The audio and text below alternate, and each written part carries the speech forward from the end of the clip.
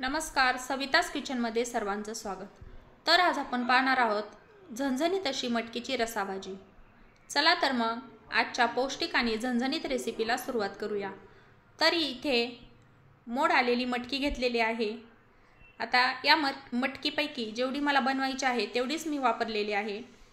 भाजी बनवण्यासाठी गॅसवर कढई ठेवलेली आहे। कढई तापलेली आहे। आता त्याच्यामध्ये 2 ते 2.5 चमचे तेल मी टाकलेलं आहे। तुम्ही जास्त किंवा कमीही वापरू शकता। तेल चांगलं गरम झाल्यानंतर आपल्याला त्याच्यामध्ये कढीपत्ता टाकायचा आहे।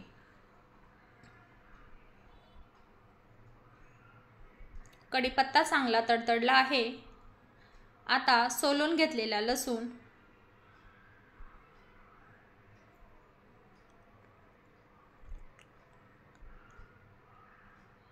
लसूण छान परतल्यावर आपल्याला आता जिरे मोहरीची फोडणी द्यायची आहे।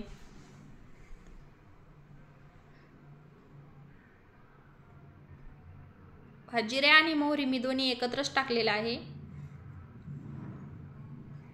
आता बारीक कट केलेला कांदा आणि टोमॅटो टाकून ते छान असं परतून घ्यायचं आहे।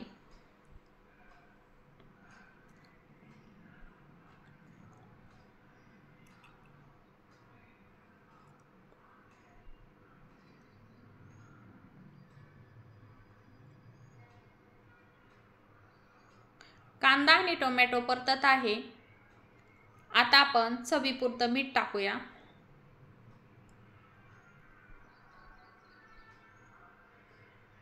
हळद पावडर,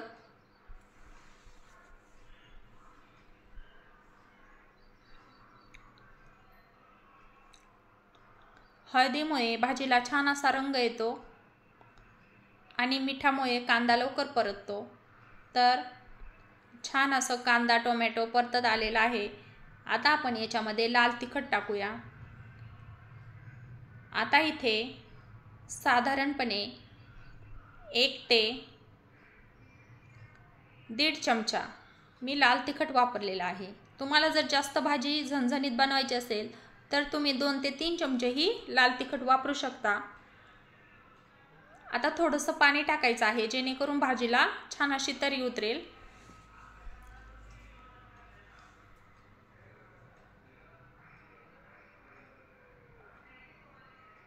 जी मोड आलेली मटकी आहे ती आपल्याला आता टाकायची आहे।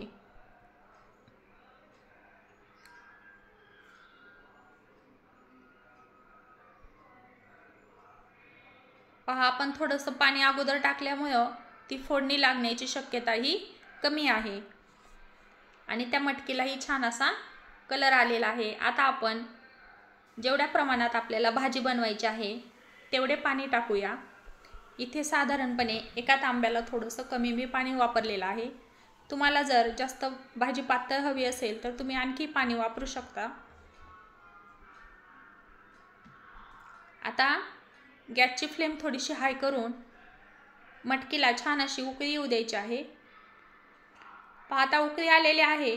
आता तिला थोडासा दाटसरपणा येण्यासाठी आपल्याला इथे शेंगदाण्याचं कूट टाकायचं आहे आणि हे कूट करताना मी लसूणही त्याच्यामध्ये कुटलेला आहे, त्यामुळे भाजीला आणखीन छान अशी टेस्ट येते। इथे मी 3 चमचे शेंगदाण्याचं कूट टाकलेलं आहे। तुम्हाला जर आणखी भाजी घट्ट हवी असेल तर तुम्ही आणखीही थोडंसं टाकू शकता। आता गॅस कमी करायचा आहे आणि कढईवर झाकण ठेवून ही भाजी आपल्याला 5 ते 6 मिनिट शिजू द्यायची आहे। पहा, मटकी शिजायला जास्त वेळ लागत नाही, अगदी कमी वेळात आणि झटपट होणारी पण अतिशय झणझणीत आणि पौष्टिक अशी ही उत्तम रेसिपी आहे। आता या मटकीवर मी झाकण ठेवत आहे आणि 5 मिनिटानंतर 5 ते 6 मिनिटानंतर आपल्याला चेक करायचं आहे की भाजी शिजली आहे की नाही। आता आपण चेक करूया की मटकी शिजली आहे की नाही। ते